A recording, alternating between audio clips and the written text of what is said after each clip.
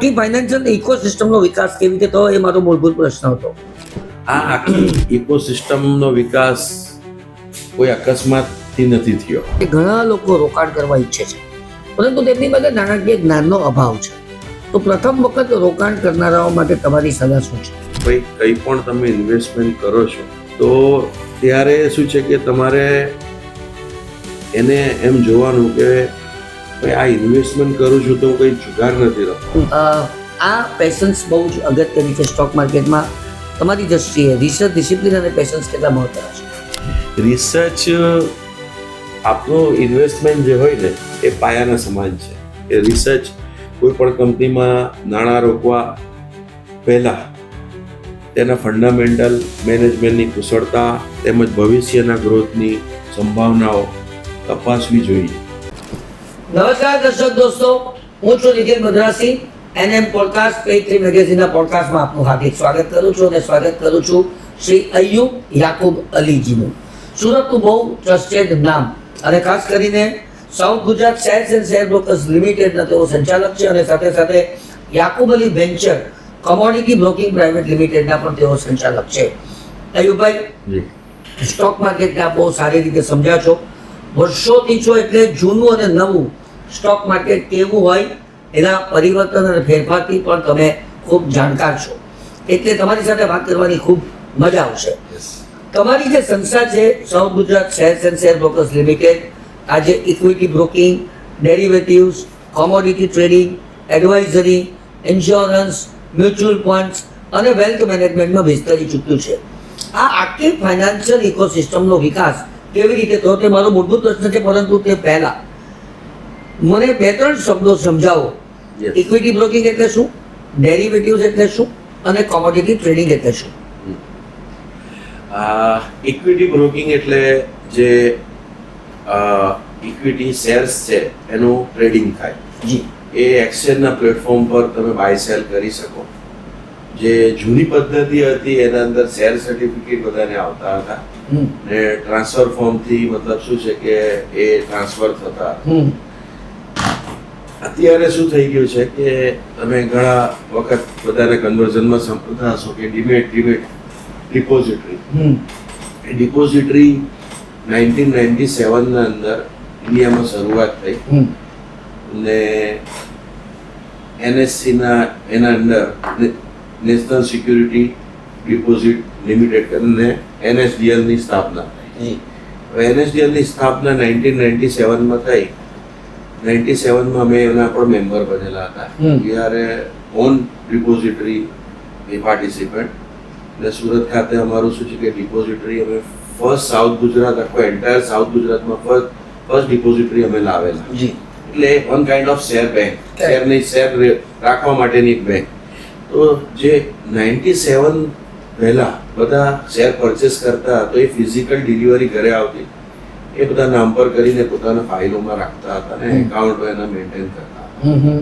પણ જેમ જેમ ટેકનોલોજી, ગવર્મેન્ટ ને બ્રોકર્સ ને બધા વિકસાવતા ગયા ને ગવર્મેન્ટના જે ન્યૂ રૂલ્સ રેગ્યુલેશન જે આવતા ગયા એ પ્રમાણે ડિપોઝિટરીનો મતલબ શું છે કે યુઝ કરતા ગયા.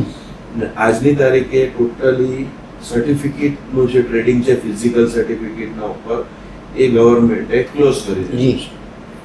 ને જે કંઈ પણ ટ્રેડ થાય છે ઇક્વિટી સેગમેન્ટના અંદર એ બધા ટ્રેડ ઓનલી ડિમેટ ડિલિવરીથી જ થાય છે.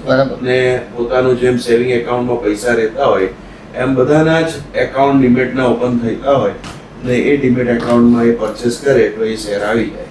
એટલે ઇક્વિટી બ્રોકિંગ જે છે તે ઇક્વિટીનો એક આ તમને મતલબ સમજમાં આવી ગયો છે. જી.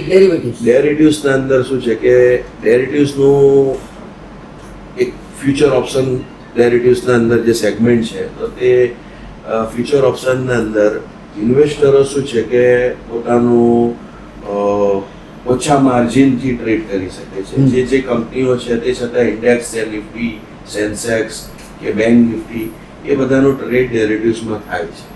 એનો ઉપયોગ ઘણા બધા કામ માટે યુઝ થતું હોય છે કે ભાઈ લોકો હેજિંગ કરવા માટે પણ યુઝ કરે.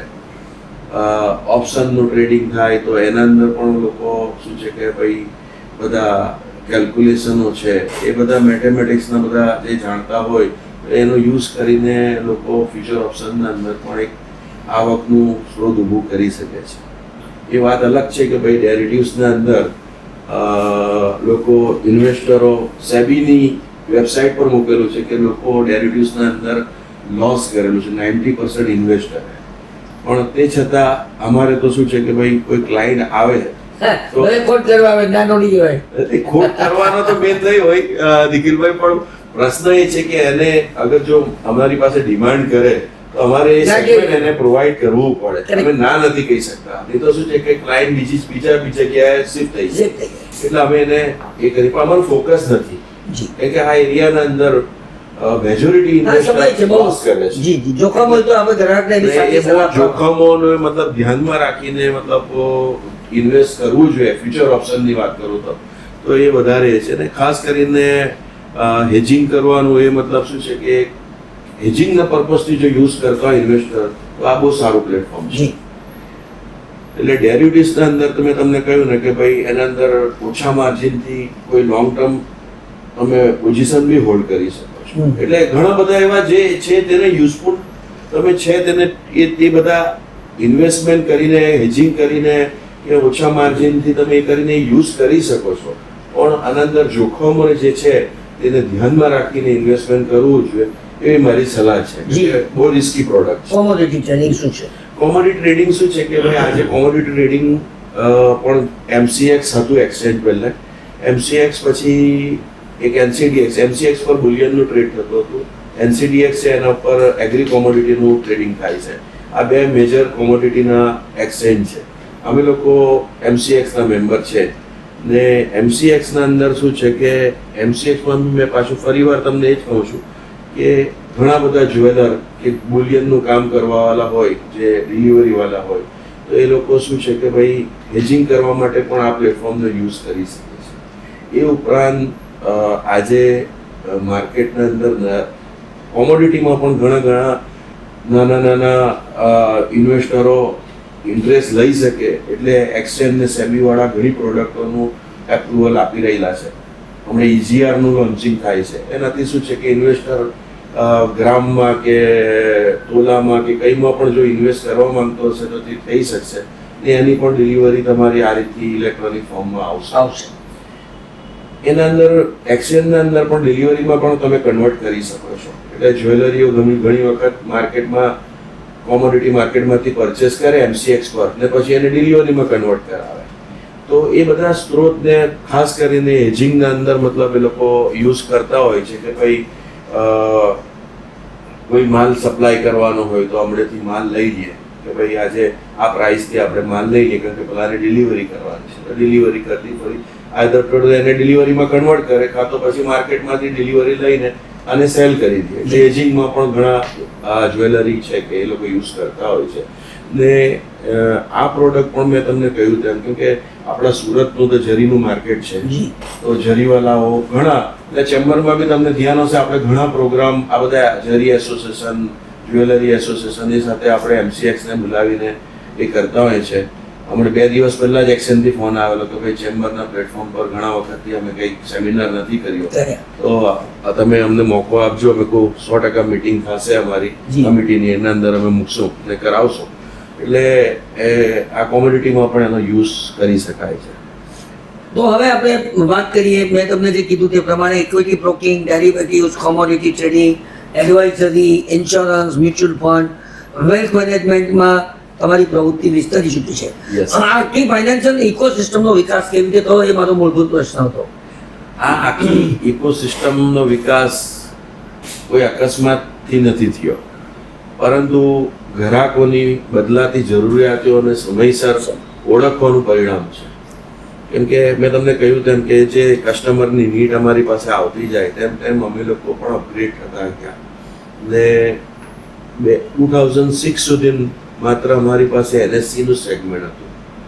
પછી મેં તમને કહ્યું મેનેજિંગ ડિરેક્ટર બનવા પછી ઇક્વિટી પૂરતા અમે મર્યાદિત નહીં રહ્યા. અમે તાત્કાલિક મેમ્બરશીપો ને સેગમેન્ટો વધારતા ગયા ને જેમ બજાર પરિપક્વ થયું તેમ તેમ અમે પણ મતલબ પરિપક્વ થતા ગયા ને એજ્યુકેશન માટે અમે શું છે કે જે વિવિધ સેમિનારો NISM આ બધી એક્ઝામો આપતા ગયા ને અમે લોકો પણ અમારી જે પ્રોડક્ટોનો અંદર વધારો કરતા ગયા. આજે અમારી પાસે બધી જ પ્રોડક્ટ છે. જેમ મેં તમને કહ્યું તેમ કે ભાઈ ઇક્વિટી બ્રોકિંગ અમારું મેન હતું, પછી કોમોડિટી બ્રોકિંગ અમે અલગ કંપની બનાવીને એના અંદર લીધું હતું, Yakub Ali venture commodity broking private limited.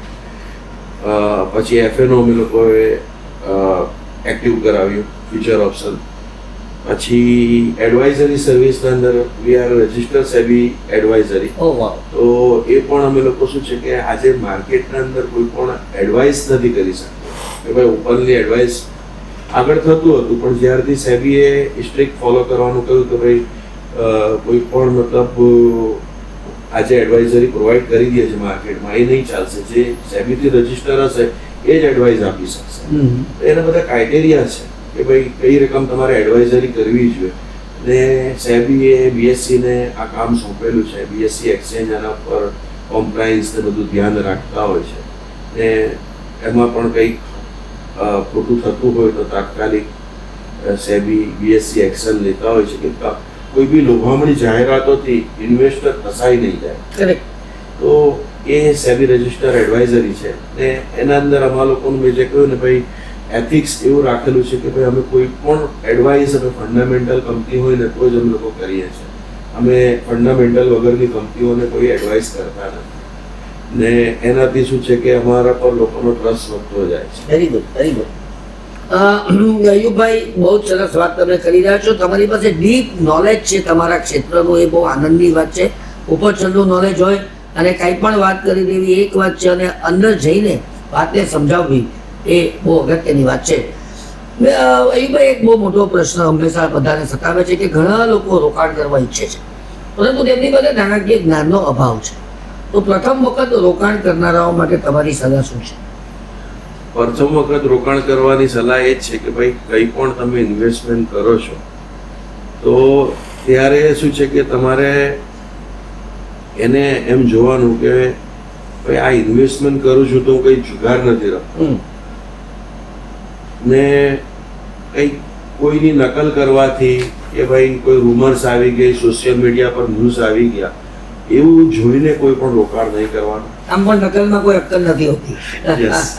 હવે આ તમને મેં કહ્યું કે રિસર્ચ એનાલાઇઝ, તો રિસર્ચ એનાલિસ્ટ અમે લોકો જ્યારે કોઈને કંઈ પણ રિકમેન્ડ કરીએ છીએ તો એના પર એક રિપોર્ટ અમે લોકો તૈયાર કરીએ છીએ કે ભાઈ કંપનીનો ફંડામેન્ટલ શું છે, કંપનીનો P કેટલો છે, કંપનીનો EPS કેટલો છે, ડિવિડન્ડ yield કેટલું છે, કંપનીની બુક વેલ્યુ કેટલું છે. ઘણા બધા પરિબળો ટૂલ્સ છે. અમારી વેબસાઇટ પર જાશો ને તો આખું એના અંદર બહુ ટેકનિકલ બધું જ મૂવિંગ એવરેજથી માંડીને જે મેથેમેટિક્સ વધારે યુઝ કરતા હોય તો એને તો અમારી વેબસાઇટ પર બધું જ જ્ઞાન મળી રહ્યું છે. પણ એ સિવાય શું છે કે અમે કોઈ રિપોર્ટ સર્ક્યુલેટ કરીએ છીએ ઇન્વેસ્ટરોને, તો એ રિપોર્ટને કંઈ તમે કે ભાઈ એ રિપોર્ટને આમ જોઈને ઇન્વેસ્ટ નથી કરી દેવાનું. હું રોકાણ કરવાની સલાહ આપવા માંગુ કે આ રિપોર્ટના અંદર કંઈક સતી હોઈ શકે તો એને તમારે તમારી રીતથી પણ કન્ફર્મ કરવું જોઈએ. કે આજે શું છે ઇન્ટરનેટના ઉપર AI ના ટૂલ્સ છે, ગૂગલના ઉપર ઘણા બધા સોફ્ટવેરોને ઘણું બધું મળી જાય છે કે ભાઈ આ જે છે એ રિયલ બધું છે કે નહીં, એ ચકાસીને ઇન્વેસ્ટમેન્ટ કરો તો મારું માનવું એ છે કે કંઈ પણ જોખમ તમને ઇન્વેસ્ટમેન્ટમાં નહીં રહે. ને આમાં શું છે કે ઘણા બધા ઇન્વેસ્ટરોને જોયા છે કે જે શું છે કે ભાઈ આમાં જ ઇન્વેસ્ટમેન્ટ કરી દે, કાં તો જુગાર સમજીને ઇન્વેસ્ટમેન્ટ કરી દે, કાં તો કોઈ કીધું, કાં તો રૂમર્સ, કાં સોશિયલ મીડિયા પર કંઈ વાંચી લીધું, સાંભળી લીધું. એવું કંઈ હકીકતમાં હોતું નથી. જેમ કે મેં તમને કહ્યું ને કે ભાઈ આજે કોઈ પણ કંપની પોતાનું કંઈ પણ ટાઈઅપ કરે છે કોઈ કંપની સાથે કે ભાઈ MOU કરે છે, કાં તો એને ઓર્ડર મળે છે, તો એ જો સાઇન કરે છે કોઈ પણ કંપની સાથે, કાં તો કોઈ ફોરેનની કંપની સાથે કે MOU કરે છે, તો એનો એક ક્રાઇટેરિયા છે એક્શનનો કે ભાઈ તમારે 24 અવર્સના અંદર એક્શનને ઇન્ફોર્મ કરવું પડે. એટલે એક્શનને ઇન્ફોર્મ જેવું થાય એટલે એક્શન શું કરશે કે તે કંપનીના પર્ટિક્યુલર તમે એક્શનની સાઇટ પર જાઓ, આમ તો અમારી સાઇટ પર પણ બધા ડેટા છે જ, પણ એક્શન શું કરશે કે એને પબ્લિશ કરશે ફોર ઇન્વેસ્ટર પર્પઝથી કે ઇન્વેસ્ટર અવેર થાય કે ભાઈ આ એને કોન્ટ્રાક્ટ ખરેખર મળ્યો છે. એટલે ઘણી વખત સોશિયલ મીડિયામાં આવે કે આની પાસે ઓર્ડર બુક તો બહુ મોટી છે પણ ત્યાં હકીકતમાં કંઈ નહીં હોય. તો એ બધું ચેક કરીને ઇન્વેસ્ટમેન્ટ કરો ને તો જોખમો ઘટાડી શકાય ને ઇન્વેસ્ટમેન્ટમાં સારું વળતર મળી શકે.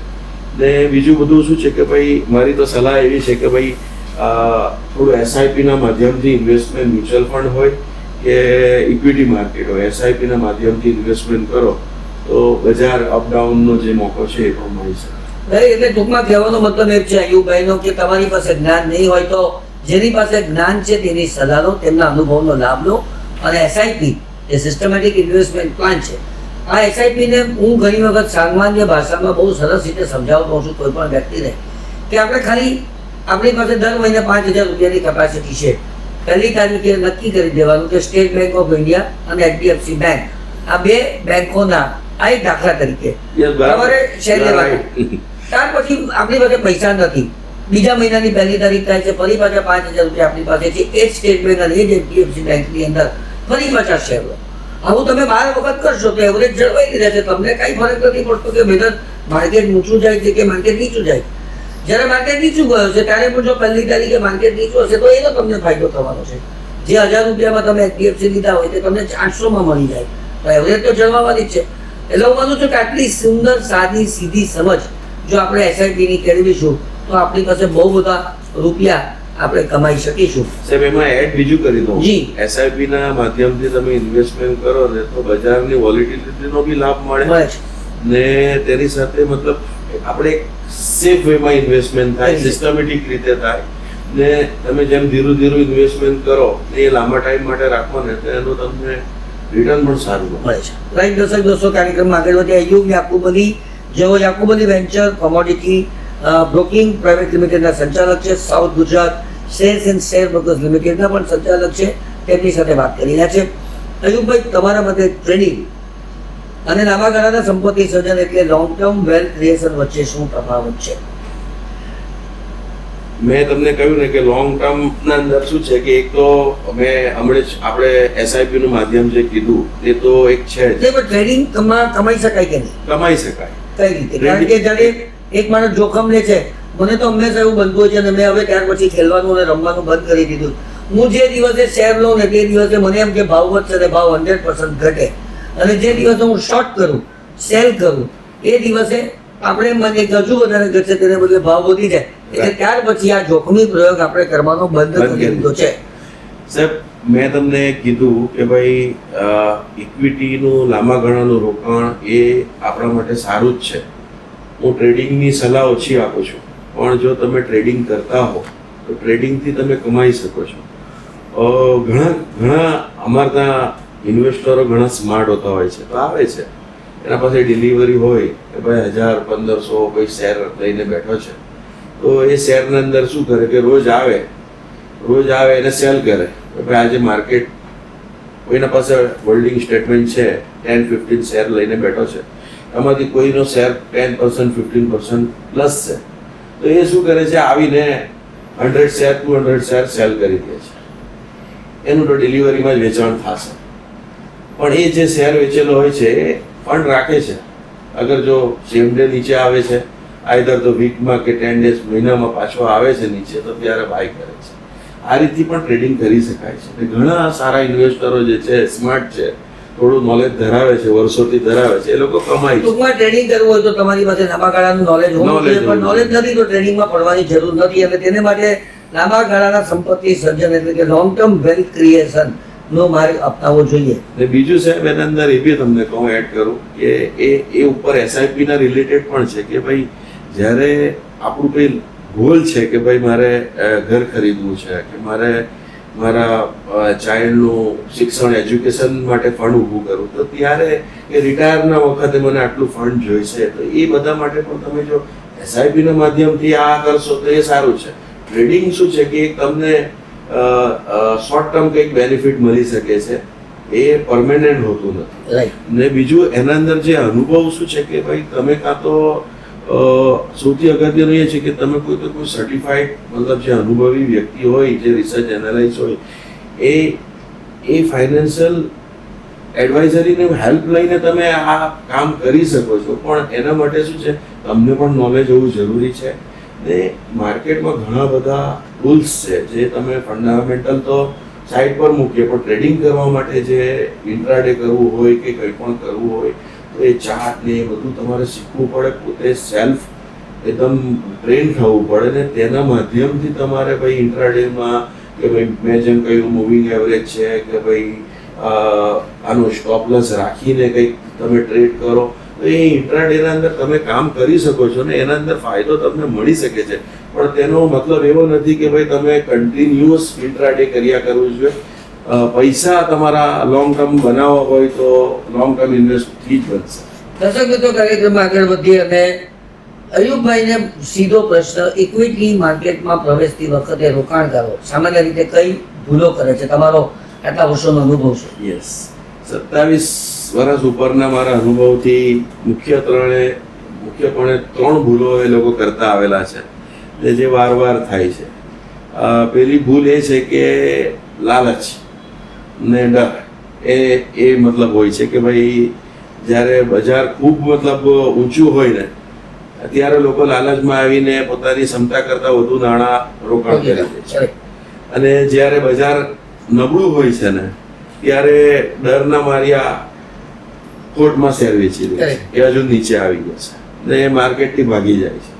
એટલે અમે લોકો ઘણી વખત ઇન્વેસ્ટરને કહેતા હોય કે ભાઈ જ્યારે માર્કેટ નીચું હોય ત્યારે ઇન્વેસ્ટ કરો, માર્કેટ ઉપર હોય તો જેમાં પ્રોફિટ બુકિંગ થતું હોય એમાં જોઈને કાં તો સલાહ લઈને પ્રોફિટ બુક કરતા રહ્યો. ને એ ઇન્વેસ્ટરો શું છે કે જે નિયમ છે ને એનાથી તદ્દન ઉલટું કરે છે, એના અંદર લોસ મોટી થાય છે ને એ માર્કેટથી ભાગી જાય છે. બીજી ભૂલ એ છે કે ભાઈ પોર્ટફોલિયો ડાયવર્સિફિકેશનનો અભાવ છે. એ પોર્ટફોલિયો ડાયવર્સિફિકેશનનો અભાવના કારણે પોતાના નાણાં કાં તો કોઈ એક સેક્ટરમાં નાખી દે છે, કાં તો એટલે સેક્ટર મીન્સ કે ભાઈ એન્જિનિયરિંગનું સેક્ટર છે એટલે એન્જિનિયરિંગની બધી કંપનીઓ હોય કે ભાઈ L&T છે કે બીજી બધી એન્જિનિયરિંગની કંપનીઓ છે તેમાં એક જ સેક્ટરમાં બધા નાણાં રોકી દે. ફાર્મા તો ભાઈ ફાર્માના અંદર સિપ્લા છે, વોકાર્ડ છે કે બીજી બધી. તો ત્યારે શું થાય છે કે ભાઈ એક સેક્ટર ચાલતું નથી ને રોકાણ કરવાથી ઘણી વખત તકલીફ પડે છે. હમણાં તમે જોશો ને તો IT સેક્ટર આખું ઇન્ડિયાનું ડાઉન છે ડ્યુ ટુ ફોરેન પોલિસી. એટલે ફોરેન પોલિસી એટલે અમેરિકાએ જે ટેરિફ ને શું મારેલું છે તો એના કારણે બધા આઈટીના સેક્ટર કે જે દિગ્ગજ શેર છે તમે જુઓ તો TCS, Tata Elxsi, Infosys, SCL technology જેવા સારા શેરો જે એક ટાઈમના અંદર માર્કેટના પેલા મોટી કેપિટલાઇઝેશન વાળા શેરો છે એ બધા શેરો આજે ડાઉન ચાલી રહ્યા છે. તમે જો 52 વીકના જે હાઈ થી લો ના અંદર લગભગ 60% નીચે મળે છે. શેર ખરાબ નથી થયા પણ આજે સેક્ટર ચાલતું નથી. હવે જેણે IT સેક્ટરમાં રોકાણ કર્યું એને કાં તો આપણે જો એ વેચે તો મોટી લોસ થાય, કાં તો મતલબ એને હોલ્ડ કરવું પડે. એટલે એક આ ડાયવર્સિફિકેશન કરવું જોઈએ કે અલગ અલગ સેક્ટરમાં ઇન્વેસ્ટ કરવું જોઈએ ને એક કોઈ પણ એક શેરના અંદર બધા પૈસા નહીં નાખવા જોઈએ. અલગ અલગ શું છે કે એક બાસ્કેટના અંદર આપણે અલગ અલગ ફ્રૂટ જેમ રાખીએ તેમ અલગ અલગ સ્ટોક આપણે રાખીને ઇન્વેસ્ટમેન્ટ કરવું જોઈએ. એવી મતલબ એ છે કે ભાઈ આ પણ એક મારી સલાહ છે. ને મેન શું છે કે કોઈ જો કોઈ સેક્ટર હોય કે ભાઈ એમાં કોઈ ઇફેક્ટ જ નહીં આવતી હોય તો તેના અંદર બી આપણા પોર્ટફોલિયો અમુક વખત સાફ થઈ જાય છે. ત્રીજી ભૂલ શું છે કે રાતોરાત અમીર બનવાની માનસિકતા હોય તો પેની સ્ટોક એટલે કે ખૂબ સસ્તા શેરોમાં આશા ઇન્વેસ્ટ કરે કે શેરોમાં નાણાં આપણા બની જાય. તો મેં તમને કહ્યું કે ભાઈ એવું પેલું માનસિકતા હોય કે ભાઈ આ તો મલ્ટીબેગર બની જશે. હવે રૂમર્સ હોય કાં તો કોઈ ફ્રેન્ડે કીધું, કોઈ જગ્યાએ કંઈ સાંભળીને આવેલા હોય. મેં તો ઘણી વખત ક્લાયન્ટોને એવા સવાલ કરતા જોયા છે કે ઘણી વખત આવીને પૂછે મને કે આજે ટ્રેનમાં બેઠો હતો તો મને કોઈ કહ્યું કે આ શેર બહુ ચાલવાનું છે. મેં કહ્યું ભાઈ તે એના ફંડામેન્ટલ જોયા તો કે ના નહીં જોયા. તો મેં કહું પહેલે જો ને પછી તું મારી પાસે આવ તો પછી આપણે વાત કરીએ. એટલે આ બધા પરિબળો છે અને એ પેલું શું છે કે ભાઈ કોઈ પણ રોકાણકાર સમજવા વગર વેલ્થ ક્રિએશન કરવામાં મતલબ કોઈ શોર્ટકટ નથી હોતું મને કે ભાઈ તમારું આમ કોઈના કહેવાથી જ થઈ જાય. થોડુંક તમારે પણ એક્સરસાઇઝ કરવી પડે, મહેનત કરવી પડે, સલાહ લઈને રોકાણકાર મતલબ પોતે કોઈ પણ રિસર્ચ એનાલાઇઝ હોય કે પણ જે એડવાઇઝર હોય એની સલાહ લઈને રોકાણ કરે તો મતલબ બચી શકે ને વેલ્થ ક્રિએશન થઈ શકે. રાઈટ. દર્શક દોસ્તો, અય્યુબ યાકુબ અલી ખૂબ શેર બજારના જાણીતા માત્ર રોકાણકાર નહીં પરંતુ લોકોને રોકાણ કરીને કમાવી આપનાર એક જાદુગર છે તેમ કહું તો ખોટું નથી. અય્યુબભાઈ, સફળ રોકાણ માટે રિસર્ચ તમે થોડીક વાત તો કરી છે, ડિસિપ્લિન અને પેશન્સ એટલે કે ધીરજ કેટલા મહત્વના છે? કારણ કે ઘણી વખત રોજે રોજ જે લોકો પોતાની સ્ટોકનું ઇવેલ્યુએશન કરતા જેને ખૂબ નારાજગી થાય અંદરથી પોતાની રીતે કે સાલું વધતું કેમ નથી, આજે ઘટી ગયું, હવે શું થશે, અને એને કારણે ધીરજ ગુમાવી બેઠે છે. પણ ઘણા લોકો મહિને પણ પોતાનું સ્ટેટમેન્ટ નથી જોતા, ઘણા લોકો બિલકુલ ભૂલી જાય છે અને જ્યારે ખોલે છે ત્યારે એને ખબર પડે ઓહો આટલા બધા પૈસા આપણા વધી ગયા. માનું છું કે આ પેશન્સ બહુ જ અગત્યની છે સ્ટોક માર્કેટમાં. તમારી દ્રષ્ટિએ રિસર્ચ, ડિસિપ્લિન અને પેશન્સ કેટલા મહત્વના છે? રિસર્ચ આપનું ઇન્વેસ્ટમેન્ટ જે હોય ને એ પાયાના સમાન છે. એ રિસર્ચ કોઈ પણ કંપનીમાં નાણાં રોકવા પહેલા તેના ફંડામેન્ટલ મેનેજમેન્ટની કુશળતા તેમજ ભવિષ્યના ગ્રોથની સંભાવનાઓ તપાસવી જોઈએ ને પછી જ ઇન્વેસ્ટમેન્ટ કરવું પડે. જો તમારી પાસે રિસર્ચ નથી તો અંધારામાં તીર ચલાવીને કોઈ તમને ફાયદો થવાનો નથી કે વેલ્થ ક્રિએશન થવાનું નથી. ડિસિપ્લિન તમને હું પેલામાં રિસર્ચમાં બીજું એડ કરી દઉં કે ઘણી વખત શું છે કે માર્કેટમાં ન્યૂઝ આવે છે કે ભાઈ આ કંપનીને કોઈ સારું ગ્રુપ કાં તો કોઈ સારી કંપની ટેક ઓવર કરે છે તો ત્યારે લોકો એના અંદર ઇન્વેસ્ટમેન્ટ કરી દે છે. તે હું તમને એક એનો બેસ્ટ એક્ઝામ્પલ આપી શકું, આપણું બિગ બજાર. એટલે આવા રિસ્કોને પણ ધ્યાનમાં રાખવું જોઈએ.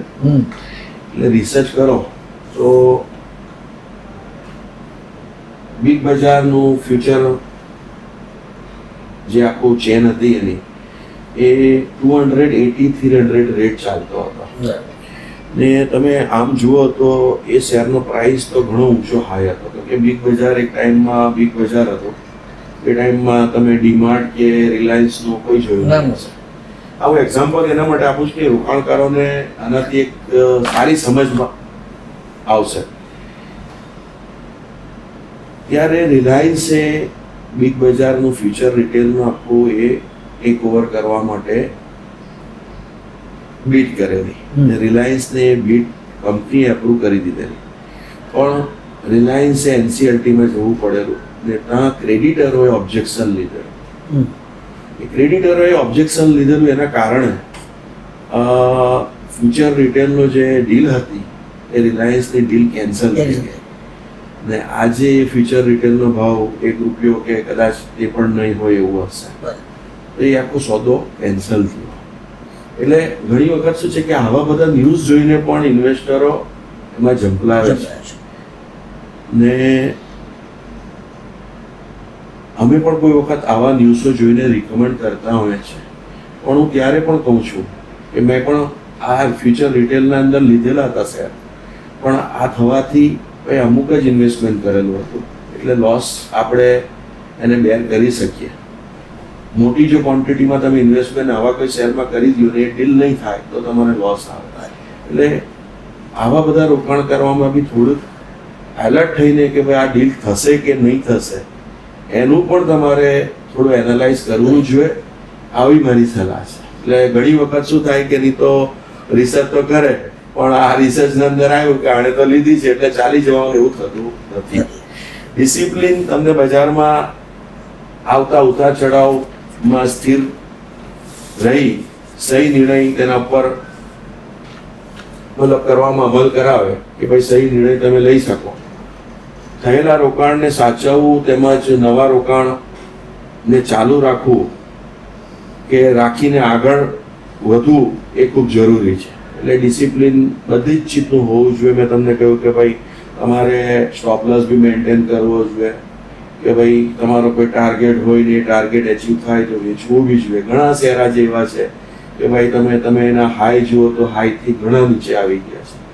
તો જ્યારે હાઈ ગયો ત્યારે આપણે પેલું શું છે કે ભાઈ લાલચમાં કે ભાઈ હજુ વધશે તો એ લાલચમાં વેચતા નથી. પણ મેં તમને કહ્યું તેમ કે ભાઈ આ બધા શેર જે આઈટી સેક્ટરમાં એવા હાઈ પર હતા ને ત્યાંથી નીચે 60% આવી ગયા છે. એટલે એ પણ થોડુંક શું છે કે ડિસિપ્લિનથી તમારે બધું ચીજ કે ભાઈ આને આટલા પર વેચવું જોઈએ એ સલાહથી પણ થઈ શકે ને તમારે પોતાની સેલ્ફ ડિસિપ્લિનથી પણ થઈ શકે. શિસ્ત તમને ઇમોશનલ નિર્ણયો લેતા અટકાવે કરીને, એટલે એ પણ એ છે એક ખાસ કરીને આપણું ધ્યાનમાં રાખવું જોઈએ કરીને. શેર બજાર પેન્શન વાળાઓ માટે આશીર્વાદરૂપ છે. જે રિટાયર હોય ને મતલબ એમને રિટાયર થવા પછી જે પેન્શન, ભાઈ અધીરા લોકો માટે તો બિલકુલ નથી. શેર બજાર અધીરા લોકો પાસેથી પૈસા લઈને ધીરજ વાળાઓને પૈસા ટ્રાન્સફર કરે છે. એ મેકેનિઝમ છે. એટલે આ એક તમને બહુ મતલબ સારું એક્ઝામ્પલ છે, તમે સમજી શકો છો. ને તેમાં જો રિસર્ચ સહી હોય ને બજારને સમય આપો, વોરેન બફેટ કહે છે કે ભાઈ સંપત્તિ બનવામાં સમય માંગે, મતલબ રાતોરાત નથી બની જતી. ટૂંકમાં કહું તો રિસર્ચ તમને સાચી જગ્યાએ બેસાડે ને ડિસિપ્લિન તમને ત્યાં ટકાવી રાખે. વાહ વાહ, બહુ સરસ વાત છે. અને પેન્શન તમને તેમાંથી અટળ વળતર આપે.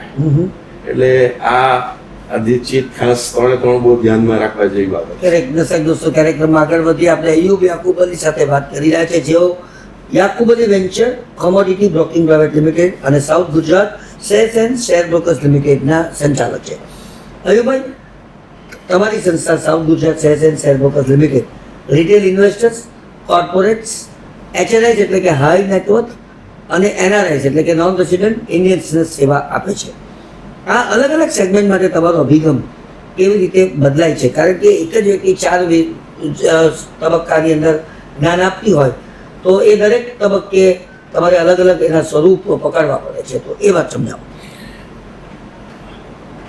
વન સાઇડ ફિટ ઓલ,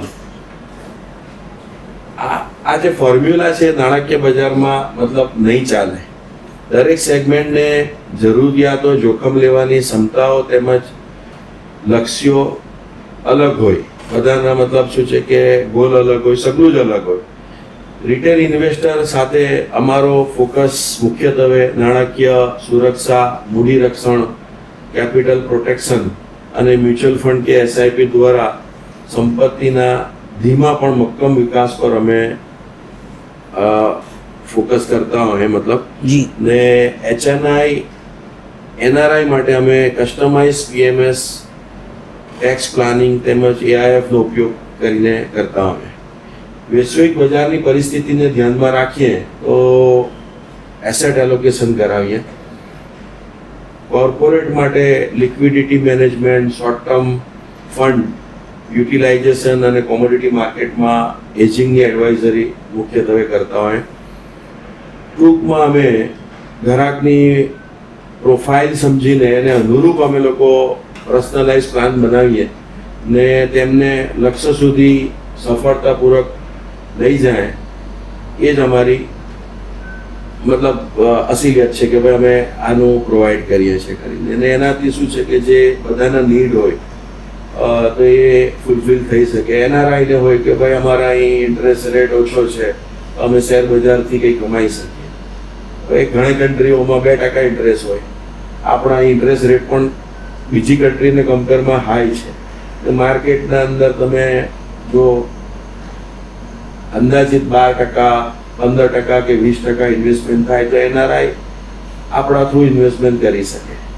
જેમ કોર્પોરેટના અંદર મની મેનેજમેન્ટનું ને એનું હોય તો એ લોકો પાસે કંઈ શોર્ટ ટર્મ ફંડ રહેતું હોય કે ભાઈ કંઈ હેજિંગ કરવું હોય તો એના માટે કે ભાઈ ઘણા આપણા અહીં સ્ટીલનું કામ કરતા હોય તો સ્ટીલનું કે મેટલના અંદર એ લોકો હેજિંગ કરીને એનો બેનિફિટ લઈ શકે. જ્વેલરી હોય તો જ્વેલરી ગોલ્ડનું કે સિલ્વરનું કરી શકે.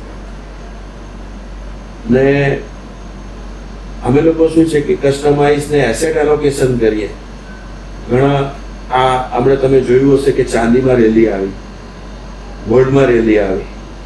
ગોલ્ડ ને ચાંદીનો અંદર રેલી આવવા પહેલા અમે લોકોએ અમારા ગ્રુપોમાં ને એના અંદર શેર કરેલું કે ભાઈ તમે ચાંદીમાં ઇન્વેસ્ટમેન્ટ કરો.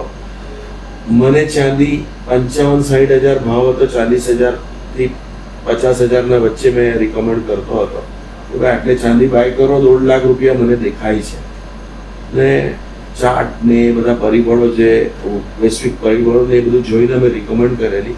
એના પર એક રિપોર્ટ બી અમે પબ્લિશ કરેલો. વાહ. ને એ પછી તમે જોયું કે ચાંદી કા રેકોર્ડ હાઈ જઈને આવ્યો, એટલે રોકાણકારોને એનો ઘણો ફાયદો થાય છે. જી દર્શક મિત્રો, કાર્યક્રમમાં આગળ વધીએ અને હવે બહુ જ અગત્યનો પ્રશ્ન છે અને તે માનો કે અયુબભાઈ હું એટલે કે રોકાણકાર અને તમે એટલે તો ફાઇનાન્શિયલ એડવાઇઝર, પણ ટેકનોલોજીએ આ બધા સંબંધો બદલી નાખ્યા. પહેલા હું તમને ફોન કરતો હતો, પૂછતો હતો, તમારી સાથે વાત કરતો હતો, એટલે કે રૂપ, રંગ, ગંધ, સુગંધ, સ્પર્શ આ બધી લાગણીઓ આપણી સાથે હતી, હવે લાગણીઓ રહી નથી. તો આ સંબંધોને ટેકનોલોજીએ કેવી રીતે બદલી નાખ્યા છે? ટેકનોલોજી એ આ સંબંધને ખૂબ મજબૂત, પારદર્શક અને ઝડપી બનાવ્યો. હું આ મેઇન 3 કારણ મતલબ સમજુ છું. પહેલાના સમયમાં ગ્રાહક પાસે પોર્ટફોલિયો જોવા માટે એડવાઇઝરની ઓફિસે જવું પડતું અને ન્યૂઝપેપર લઈને બેસવું પડતું હતું કે ભાઈ ભાવ જોઈએ, આ કરીએ તે કરીએ, સ્ટેટમેન્ટની રાહ જોવી પડતી. ને જ્યારે આજે ડિજિટલ એપ્લિકેશનના અંદર ડેશબોર્ડ પર જ 24 કલાકમાં ગમે ત્યારે આપણે ઓપન કરીને આપણો પોર્ટફોલિયો આપણે લાઈવ જોઈ શકીએ છીએ. એટલે ખૂબ ડ્રાસ્ટિક એમ કે 0 ડિગ્રીમાં ચેન્જીસ આવ્યું છે.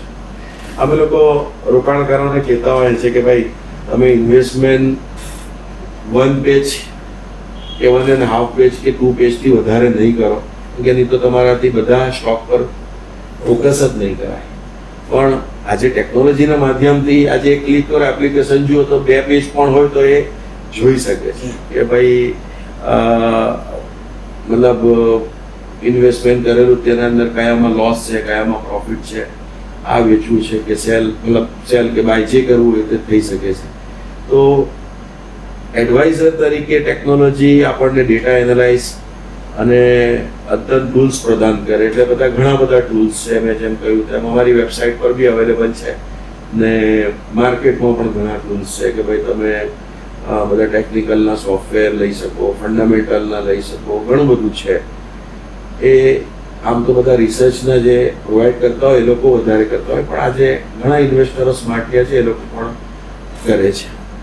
ને જેથી અમે ગ્રાહકને વધુ સચોટ અને સમયસર સલાહ આપી શકીએ છીએ. ભૌતિક અંતરો હવે મટી ગયા છે ને વિડીયો કોલિંગથી ગમે ત્યાં બેઠેલા હોય એનઆરઆઈ ક્લાયન્ટ હોય સાથે પર્સનલ મીટિંગ કરી લઈએ છીએ. પહેલે શું હતું, કોઈ સિટીમાં હોય તો એની પાસે જઈને આપણે વાતચીત કરવી પડતી. હવે આજે કોઈ સિટીમાં જવું હોય તો પ્લેનની કનેક્ટિવિટી તો છે, બટ આપણે અહીંયાથી બેઠા બેઠા ઝૂમ મીટિંગ પર ઘણી વખત અમે લોકો સેમિનારો પણ કરી લઈએ છીએ ક્લાયન્ટો માટે. તો એ ઘણા બધા કામો ઇઝી થઈ ગયા છે. ટેકનોલોજી એ પેપર વર્કને સરળ બનાવી દીધું છે. હું એમ નથી કહેતો કે પેપર વર્ક ખતમ થઈ ગયું છે, ઘણી જગ્યાએ છે. ને હું તો તમને ચેમ્બરમાં બી કહેતો રહું કે ભાઈ થોડું ગવર્મેન્ટમાં બી રજૂઆત કરો કે આ કેવાયસીના નોર્મ્સ બહુ હાર્ડ છે. કેમ કે કેવાયસી આજે ઓનલાઈન થઈ ગયું છે, પણ સેન્ટ્રલાઇઝ જે ગવર્મેન્ટનો જે હેતુ હતો એ નથી થયો. આજે તમારે હરેક બેંકમાં કે હરેક બ્રોકરના ત્યાં ખાતું હોય ને અને અલગ અલગ તમારે કેવાયસી કરવું જ પડે છે. તો પણ આજે શું છે કે આપણે જાહેરાતો જોઈએ છે કે 5 મિનિટમાં તમે ડીમેટ એકાઉન્ટ, ટ્રેડિંગ એકાઉન્ટ અમે લોકો પોતે ઓફર કરીએ કે 3-in-1 એકાઉન્ટ ઓપન કરો, તો એ તમે એનો બેનિફિટ લઈ શકો છો. એટલે પેપર વર્ક કંઈક અંશે ઓછું થયું છે ને ટાઈમ જે આપણો વેડફાય છે તે આપણે ટાઈમને સેવ કરી શકીએ છીએ. અમે ગ્રાહકના વેલ્થ ક્રિએશનના લક્ષ્યને વધુ ક્વોલિટી અને સમય આપી શકીએ છીએ ને એનાથી શું છે કે ટ્રાન્સપરન્સી બિલ્ડ થાય છે. આજે ગ્રાહક પહેલે શું છે કે એને બિલ પહોંચાડવામાં કુરિયરના માધ્યમથી કે બીજા બધા માધ્યમથી પહોંચાડતા હતા અને બધી માના પણ મળી જાય. આજે મને નથી મળ્યું, બહુ બધા આર્ગ્યુમેન્ટ આવે ને બહુ બધું થાય. એટલે ઈમેલના માધ્યમથી થાય છે આજે વોટ્સઅપના ઉપર બિલ તમે ફોરવર્ડ કરી શકો છો, ટેલિગ્રામ પર કરી શકો છો. એટલે ટ્રાન્સપેરન્સી આજે અમે લોકો પોતે ટ્રેડ કન્ફર્મેશન તો લાઈવ માર્કેટમાં આપીએ છીએ. આજે અમારે કોઈ ટ્રેડ કરે છે તો એને 2-3 સેકન્ડમાં કાં તો વિધિન હાફ મિનિટના અંદર એને ટ્રેડ કન્ફર્મેશન આવે છે કે તમારા આ બ્રોકરના આ ટ્રેડ થયો છે તમારા એકાઉન્ટના અંદર. એટલે એનાથી ટ્રાન્સપરન્સી બિલ્ડ થાય છે કે ભાઈ ગ્રાહકને પોતાના ખાતામાં શું બાય થયું, શું થયું તે ખબર પડે. ને આજે શું છે કે એ જે નોર્મ્સો બી છે કે ભાઈ પહેલે શું હતું કે આ બધું રાઇટિંગમાં લેવું પડતું હતું કે ભાઈ તમે આ સોદો કરાવો છો તે સેબીના નિયમ પ્રમાણે રાઇટિંગમાં તમે આપો કે ભાઈ આ ટ્રેડ કન્ફર્મેશન તમે જ મુકાવેલો છે ને તમે ટ્રેડ કરો છો. ત્યારે આ જે રેકોર્ડિંગનું આખું જે ગવર્મેન્ટ એને બધા ટેલિકોમ ઓપરેટરોએ આપણને સર્વિસો પ્રોવાઈડ કરે છે તો રેકોર્ડિંગના માધ્યમથી એ પણ કોમ્પ્લાયન્સ થઈ જાય છે કે ભાઈ ગ્રાહકે સોદો આપણી પાસે મુકાવેલો છે. એટલે ટેકનોલોજીનાથી ટ્રાન્સપરન્સી બહુ બિલ્ડ થઈ છે. દર્શક મિત્રો, કાર્યક્રમમાં આગળ વધી અને અયુબભાઈ યાકુબ અલી સાથે ભારતની ઇકોનોમિક ગ્રોથમાં ફાઇનાન્શિયલ લિટરસી શું ભૂમિકા ભજવે છે તે વાતને સમજવાનો પ્રયાસ કરીએ. લિટરસી એટલે શિક્ષણ. શિક્ષણ એટલે પ્રાથમિક શિક્ષણ, માધ્યમિક શિક્ષણ, ઉચ્ચતર માધ્યમિક શિક્ષણ, કોલેજનું શિક્ષણ. પરંતુ ફાઇનાન્શિયલ લિટરસી એટલે ફાઇનાન્શિયલ શિક્ષણની એક આખી અલગ બાબત છે. અને ફાઇનાન્શિયલ લિટરસી માટે અત્યારે ખૂબ બધા પ્રયત્નો થઈ રહ્યા છે આખા દેશની અંદર. કારણ કે એ ફાઇનાન્શિયલ લિટરસીને કારણે તમે પૈસા બનાવી પણ શકો છો અને નહીં હોય તો ગુમાવી પણ શકો છો, એવી પણ શક્યતાઓ રહેલી છે. તો ફાઇનાન્શિયલ લિટરસીની ભૂમિકા આપણા ભારતના ઇકોનોમિક ગ્રોથમાં શું છે? આ સૌથી ઇમ્પોર્ટન્ટ એ છે ફાઇનાન્શિયલ લિટરેસી. પૈસા સંબંધી બાબતોને સમજવાની અને યોગ્ય રીતે સંચાલન કરવાની ક્ષમતા એટલે ફાઇનાન્શિયલ લિટરેસી. હવે આના અંદર શું છે કે ભારત પરંપરાગત રીતે બચત કરનારો દેશ છે, પરંતુ હવે તે રોકાણકારોનો દેશ બની ગયો છે. તમે કદાચ ડેટા આવી જોયા હશે કે ભાઈ ઇન્વેસ્ટમેન્ટનું જે ક્લાયન્ટ બેઝ વધારે મુંબઈથી વધારે હતું. આજે ગુજરાત પણ એના અંદર અને સુરતનું નામ પણ બહુ આગળ આવી ગયું છે. એટલે એ રીતથી બી જોવા જાઓ તો મતલબ આપણો દેશ છે એ રોકાણકારોનો દેશ બની ગયો. ને તમે જુઓ કે ભાઈ ફાઇનાન્શિયલ માર્કેટ આફ્ટર કોવિડ એક ડ્રાસ્ટિક ચેન્જીસ આવેલો છે. મને યાદ છે કે 2020 જે માર્ચ મહિનામાં લોકડાઉન લાગેલું એ પહેલાંના તમે માર્કેટના ડેટા જુઓ તો લગભગ આશરે 1.5 કરોડ એકાઉન્ટ હતા ડીમેટના, NSDL CDSL મળીને. ને આજે 2026ના અંદર 22 કરોડ એકાઉન્ટ થઈ ગયા છે. એટલે પર્સન્ટેજ વાઇઝ તમે 6-7 વર્ષનો સમયગાળો જુઓ તો બહુ મોટો ડ્રાસ્ટિક ચેન્જીસ આવેલો છે. ને એનાથી શું છે કે ભાઈ લોકોનું જે સેવિંગ એટલે જે FD એ બીજી જે ફિક્સ ઇન્કમોમાં હતું એનાથી ડાયવર્ટ થઈને શેર બજાર તરફ આવ્યું છે. ને તમે મ્યુચ્યુઅલ ફંડના અંદર રોકાણ જુઓ તો ડેલી મ્યુચ્યુઅલ ફંડમાં રોકાણ લગભગ 2000 કરોડના ઉપરનું ઇન્વેસ્ટમેન્ટ SIPના માધ્યમથી, મ્યુચ્યુઅલ ફંડના માધ્યમથી, બીજા માધ્યમોથી, AIFના માધ્યમથી આવે છે. ફાઇનાન્શિયલ લિટરેસી આવતા વ્યક્તિ પાસે માત્ર પૈસા બેંક લોકરમાં કે બિન ઉત્પાદક સાધનોમાં રાખવાને બદલે કોઈ પણ રીતે બજારમાં રોકે છે. એટલે એનું ઇન્વેસ્ટમેન્ટ મતલબ કંઈક સારી જગ્યાએ જ્યાં પૈસા બને એ જગ્યાએ થાય છે. આ મૂડી સીધી ભારતીય કોર્પોરેટ અને ઇન્ફ્રાસ્ટ્રક્ચરના વિકાસમાં વપરાય છે ને જેથી દેશના GDPને વેગ મળે છે. તો એનાથી તમે જુઓ તો ભાઈ આજે ઘણી બધી અમેરિકાનો ટેરિફ ને આના કારણે આપણું જે ઇન્ડિયાનું માર્કેટ કહો કે ઇન્ડિયાની કંપનીઓ શું છે કે વૈશ્વિક પરિસ્થિતિ ખરાબ હોવા છતાં ટકેલી છે. કોઈ એવા ડિફોલ્ટો નથી થયા કે કંઈ નથી થયા, કેમ કે માર્કેટના અંદર લિક્વિડિટી છે ને ફ્લો છે. એટલા માટે છેલ્લા કેટલાક વર્ષોમાં રિટેલ રોકાણકારોની શક્તિ આપણે જોઈ. મેં હમણાં જ કહ્યું ને કે ભાઈ 1.5 કરોડથી 22 કરોડ એકાઉન્ટ થઈ ગયા.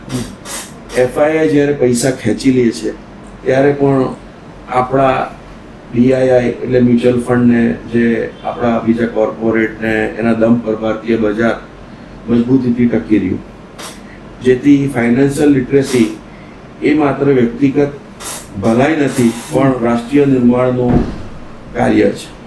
એટલે આ મેઇન પરિબળો છે કે જેનાથી મતલબ શું છે કે આ આપણે આજે ટકેલા છે. માર્કેટ, વિશ્વનું માર્કેટ ખરાબ હોય કે કંઈ પણ હોય, આજે એફઆઈઆઈ માર્કેટમાંથી સેલિંગ કરીને પૈસા કાઢી જાય છે, પણ આપણે ઇન્ડિપેન્ડન્ટ રહ્યા છે. વેરી ગુડ, બહુ જ સરસ વાત કરી અયુબભાઈ.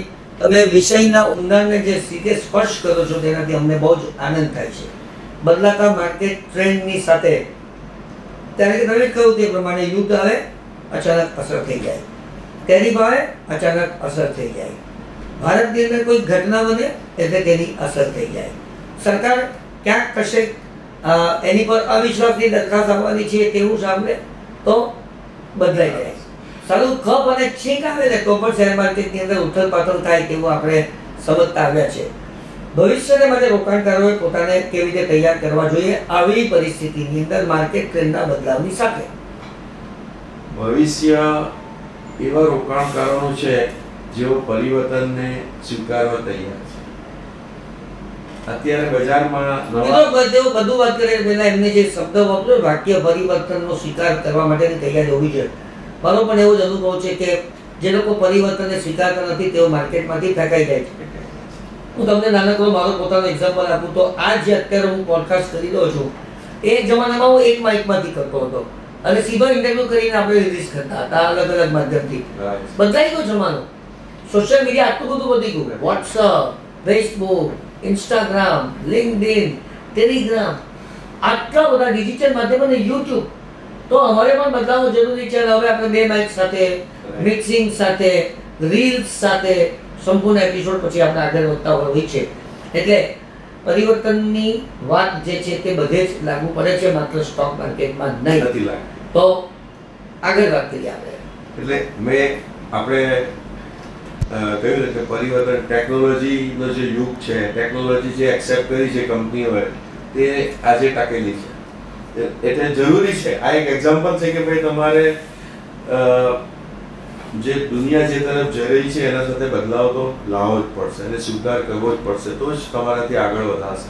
અત્યારે બજારમાં નવા ક્ષેત્રો જેવા કે green energy, artificial intelligence, AI, electric vehicle, EV અને ડિજિટલ ઇન્ફ્રાસ્ટ્રક્ચર ખૂબ જ ઝડપથી આગળ વધી રહ્યું છે. નિખિલભાઈ, એના અંદર કહું ને કે ભાઈ અમારી કંપનીના અંદર જે અમે સોફ્ટવેરો પરચેસ કર્યા છે ને જે હાર્ડવેરો પરચેસ કર્યા છે, જે આજે પંગારમાં અમારે નાખી દેવા પડે છે કે એ સ્ક્રેપ થઈ ગયા છે. તે ટાઈમ પર લેક્સ ઓફ રૂપીસનું પરચેસ કરેલું છે, પણ આજે એનું કોઈ યુઝ નથી અને અમારે સ્ક્રેપમાં સેલ કરવા પડે છે. એટલે આજે શું થઈ ગયું, પહેલાં સર્વરો લેતા હતા, આજે તમારે ડેટા સેન્ટર, પછી ડેટા સેન્ટર એક એવો દુનિયાનો મોટો બિઝનેસ છે કે એના અંદર જે કંપની એન્ટ્રી લીધી એ આજે તમે પ્રાઇસ એને જોઈ શકો છો માર્કેટના અંદર. ઇવન કે તમે વર્લ્ડ વાઇડ જોઈ શકો છો.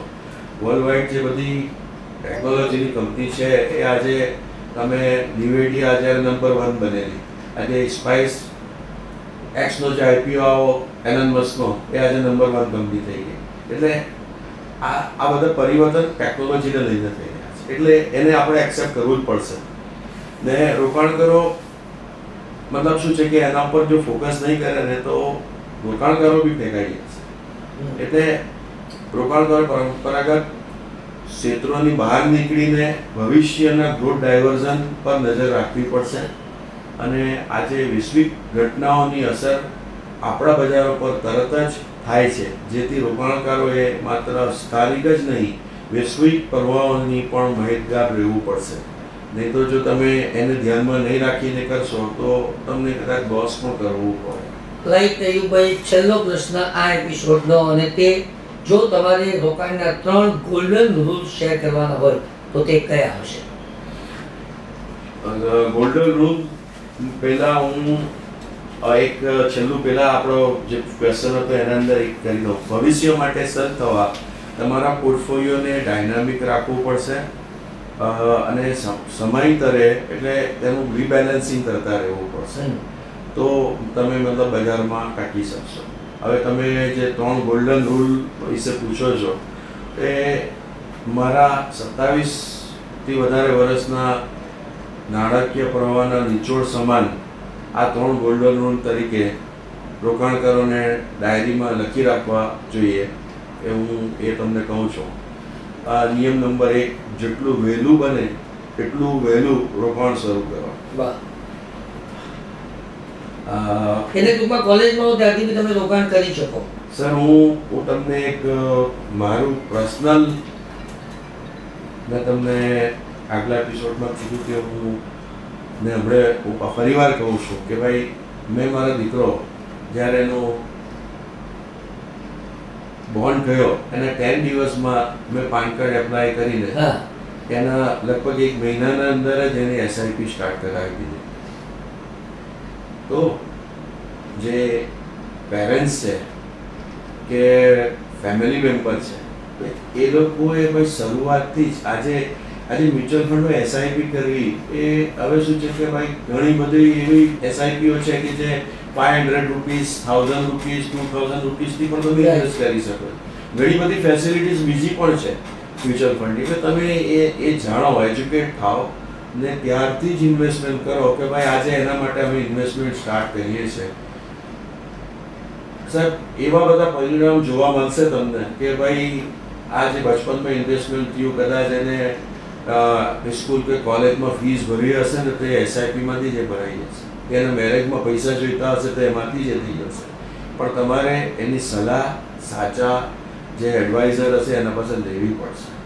ને કોઈ વખત તમને કેલ્ક્યુલેશનમાં હું બતાવીશ કે ભાઈ આ ઇન્વેસ્ટમેન્ટ જે કમ્પાઉન્ડિંગના અંદર તમે કાઉન્ટ કરો તો 30 વર્ષમાં કેટલું થાય, 25 વર્ષમાં ને 50 વર્ષમાં કેટલું થાય. એટલે કમ્પાઉન્ડિંગ વેલ્યુ એટલે મિત્રો હું જે સમજુ તે પ્રમાણે કોઈ કે 100 રૂપિયા આપણે કશે બગાડ્યા છે, 18% જેટલું આપણને રિટર્ન મળ્યું છે એટલે 118%. એ તમે રહેવા દો છો તો 118% ઉપર ફરી પાછા 18% આવું એક કેલ્ક્યુલેશન કરો તો તમારા પૈસા કેટલા ઝડપથી વધી શકે છે. In short, long term investment is the best investment એવું આપ કહી શકો. યસ, કંઈક વાત અધૂરી હતા. તમે કેટલાક પૈસા રોકો છો તેના કરતાં તમે તેને બજારમાં કેટલો સમય રાખો છો એ મહત્વનું છે. જી. ને મેં જેમ કહ્યું તેમ સમય જ કમ્પાઉન્ડિંગનો જાદુ શક્તિને સક્રિય કરે છે. એટલે તમે રાખશો અને એને ટાઈમ આપશો તો મેં કહ્યું તેમ તમારા પૈસા કેટલા બનશે તમે પોતે જોઈ શકશો.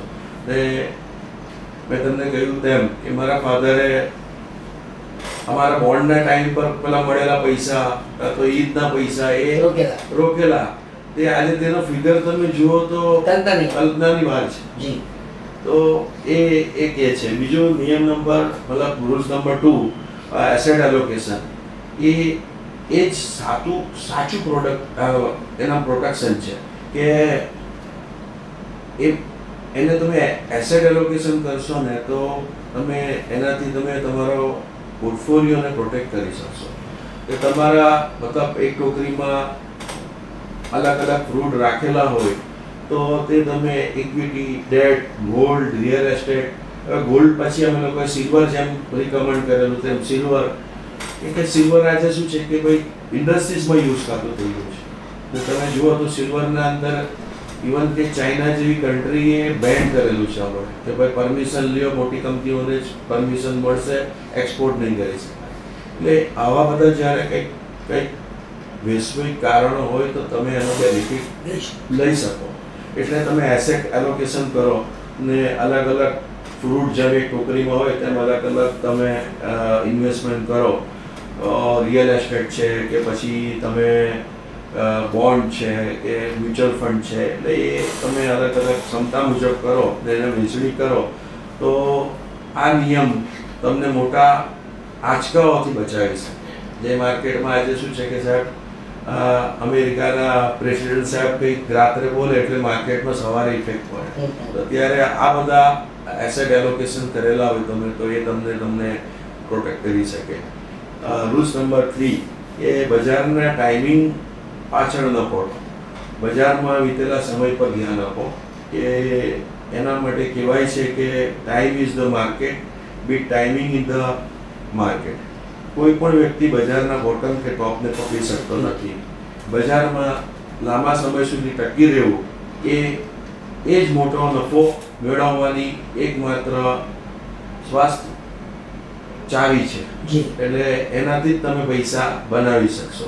એટલે આ મુખ્ય 3 રૂલ્સ મેં તમને મારા જીવનના નિચોડમાં તમને બતાવ્યા. રાઈટ. છેલ્લી વખતે જો સમપ કરીએ તો નિયમ નંબર 1, જેટલું બની શકે એટલું વહેલું રોકાણ કરવાનું શરૂ કરો. એસેટ એલોકેશન એક સાચું પ્રોટેક્શન છે. તમે તમારી મૂડીને અલગ અલગ ટોપલીમાં રાખો. Equity, date, gold, real estate, mutual fund, SIP વગેરે વગેરે. અને બજારના ટાઈમની પાછળ નહીં પડો. કોઈ વ્યક્તિ બજારને ટાઈમ કરી શકતી નથી. આજે વધશે કે ઘટશે તેવી કોઈ પણ પ્રકારની ભવિષ્યવાણી કે આગાહી કોઈ કરી શકતું નથી. અને બજારમાં વિતાવેલા સમય પર ધ્યાન આપો. આપણા ગોલ્ડન રૂલ્સની સાથે આપણે અયુબ યાકુબ અલી સાથેનો આ એપિસોડ સંપન્ન કરીએ છીએ. અયુબભાઈ, આપનો ખૂબ ખૂબ આભાર. આપના ડીપ નોલેજ માટે તમને ખૂબ ખૂબ હાર્દિક અભિનંદન. Thank you sir. નવા કાર્યક્રમમાં, નવા એપિસોડમાં આપણા દોસ્ત નિખિલ મદ્રાસીની સાથે નવા વક્તાઓ સાથે મળતા રહીશું. ત્યાં સુધી નમસ્કાર.